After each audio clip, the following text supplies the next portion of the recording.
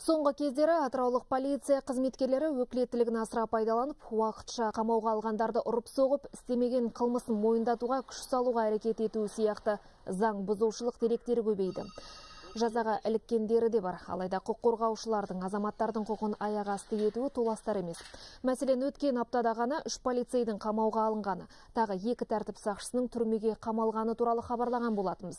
Енді міне тағы 2 үсті болды. Олар дүкен тонады деген желеумен әлдегімді сыртынан айыптап, алайда қожайыны кешірім бергендіктен іс жабылды деп жалған хаттама толтырған.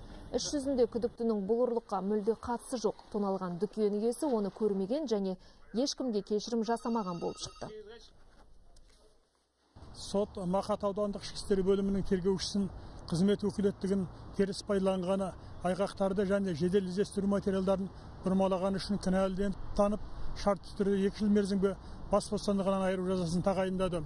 Ал криминалдық полицияның жедел уәкілін шартты түрде 1 жыл мерзімге бас бостандығынан айыру жазасын тағайындады.